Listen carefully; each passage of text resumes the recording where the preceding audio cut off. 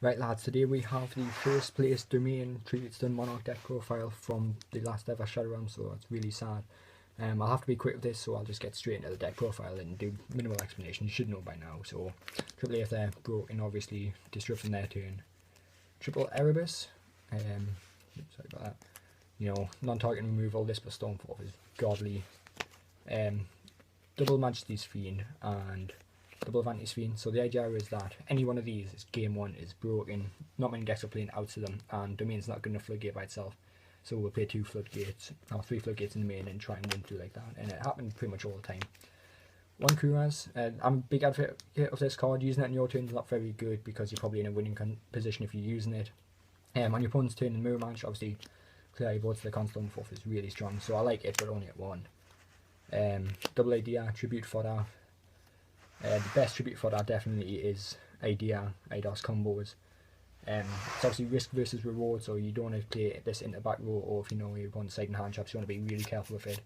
I never got punished because I'm class. Then double Mithra. Mithra standalone is really good with the Fiends. Stacking tribute summons is obviously really strong, and it just makes it really difficult for your opponent to sort of play through. Token Yin's Bay is really strong. That's it. 11 tributes and only 6 tribute for that, but I think with triple Stormforth and triple Prime, you don't really have problems with for that. The only break I had today was Journal Spells, so you know it happens. Triple Pantheon is obviously broken, best card in the deck. Triple Stormforth, 8th Escalation, Fiend combos, it's just nutty. Triple Tenacity, same thing again, searches out your broken cards. Then the next we play through turn. Domain is return is really strong because it stops your opponent it allows you to search cards that stop your opponent from doing things such as Majesty's Fiend, such as 8th for plays on their turn. Triple Domain, there's a lot of 1 tribute fodder, so like Prime, Stormforth and Mithra, there are 1 tribute fodder materials, so this is really good for reducing you guys and obviously choking your opponent out. It's really solid. The last 3 cards we play 1 for 1. This is busted with ADI, stacking tribute summons without using normal summon is really strong. We wrote that for the 3rd ADI, but thin your deck by 1. And it's really strong. And then Upstart for consistency, Shadowrealm for Lending, is it? Yep. So onto the trap lineup, it's definitely non-standard. You play triple Prime, you have to play Prime in any Monarch deck. Recycle your spells and traps so that you don't run out before your opponent mirror match because it lasts forever. Other than that, not much to be said. Pantheon and Prime combo, broken.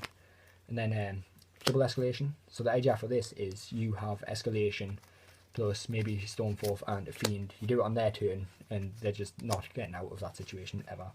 So that was the general consensus for game 1. No one's going to be able to break your boards doing that and you're just going to win.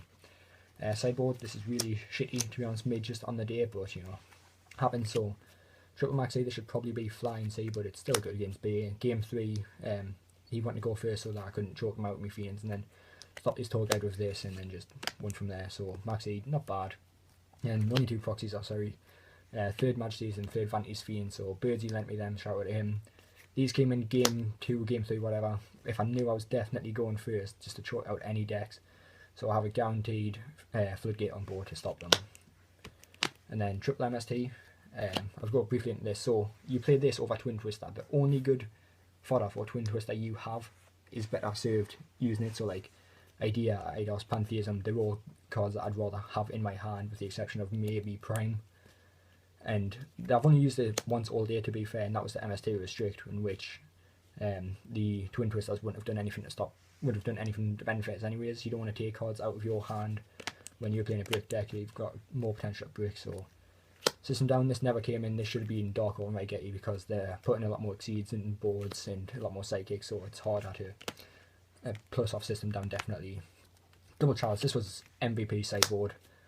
Shout out to Johnny Parsons for giving us the idea for it. It was absolutely broken. On their turn you hit 8th there and stuff. I used this to hit a Terror Top against B and he couldn't do anything. And mirror matches, anything, it's just like really good effect negation for your turn. Obviously going second, it's really good to stop things. Dweller never came up, but it probably could have. Frost Blast, this is another good card to send with Pantheism Prime, not Prime, sorry, Big Monarchs, etc. And it's usable straight away, so I actually drew this against Exceeds Monarchs and used it twice in one turn, just blew them out. and it's decent, but I had to read it 3 times. And the last 2 cards are definitely incorrect and questionable. So this was like, I needed 2 more side cards, and then the only thing I was worried about was BA today, because I know I could BA players there. So I thought this would be really good. I drew it against BA, but by this point we had Majesty's Fancies out, so it wasn't winning anyways. And then the last card, Emptiness. Basically, same idea, floodgate them.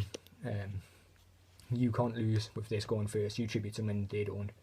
And that's it, yeah. So thanks for watching, guys, and I hope to see you using this really fun deck at Nats. Peace.